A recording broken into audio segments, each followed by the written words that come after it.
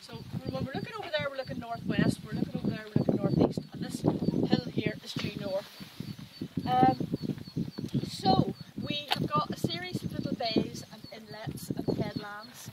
The coastline is mostly this dark black rock, which is called basalt.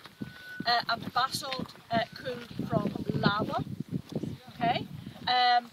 We can see that it's quite a dynamic and changing coastline over there. You can see where there's been a landslide.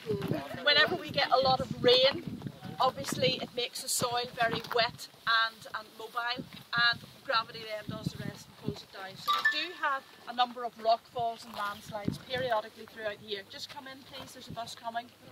Like last week I had another group of people, and as we were standing back there at the laterite, bits of stone were starting to shower down on us. We had to move away quite quickly. So, what am I going to tell you here? Well, if you look over in that direction there, you will see the Giant's Causeway. Maybe not that impressive from here, but I assure you once we get onto it, you will be more impressed. Now, beyond that, you can see layers of rock. Can you see black layers of rock? Each one of those layers of basalt is a layer of lava, right? Big outpouring of lava that spread out, cooled, formed rock. Then later another layer would pour out.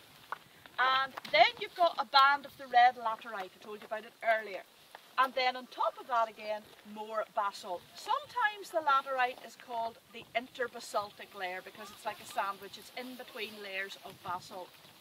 Now, the landscape that we're looking at, these rocks, in geological terms, they're not that old. 60 million years, would you believe? But that is not old in geological terms, because the chalk, the white chalk, if you go round towards Portrush, the white rocks, if you've come up round by the coast road, you would see white chalk, which is 100 million years old. It's sedimentary.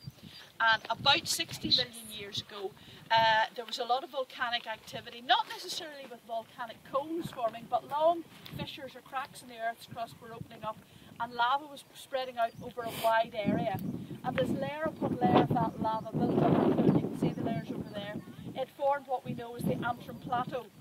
Now, the Antrim Plateau is the biggest lava plateau in Western Europe. It extends from here on the north coast right down to Belfast. So when you're in Belfast, you're looking up at the Cave Hill, say, or Black Mountain or Divis Mountain. You're looking up at the southern edge of the Antrim Plateau. It extends right up here to the north coast. Biggest lava plateau in Western Europe. Now, what happened here was that lava filled a very deep valley, about 100 metres deep. The sea wasn't here then, it was more of an inland site. And it started to slow quite slowly, and the slow cooling is what formed the hexagonal columns. Behind you there, there's a bit of mud, and you can see around the edges where the mud is drying out. What happens to the mud as it dries out? It cracks, okay? So, it's a natural process. Same thing happened with the big deep pool of lava. It started to solidify on the surface and started to crack.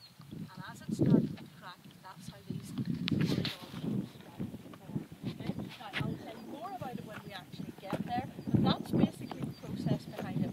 And I will tell you that there are other examples of columnar basalts like this in other parts of the world. It's called columnar basalt because when we get down to it, you'll see it consists of columns of rock. And in California, anybody from California? No? All right, okay, well, in California, there's a feature known as the Devil's Post Pine. You heard of it? Yeah. Right, and it's columnar basalt, very similar to our Giant's Causeway. There's also the Devil's Tower in Wyoming. There's Sheep-Eater Cliff in Yellowstone National Park. There are other examples in Hawaii and Iceland and New Zealand and Australia. But our columnar basalts are the biggest formation of columnar basalts anywhere in the world. There's something like 40,000 columns here. So,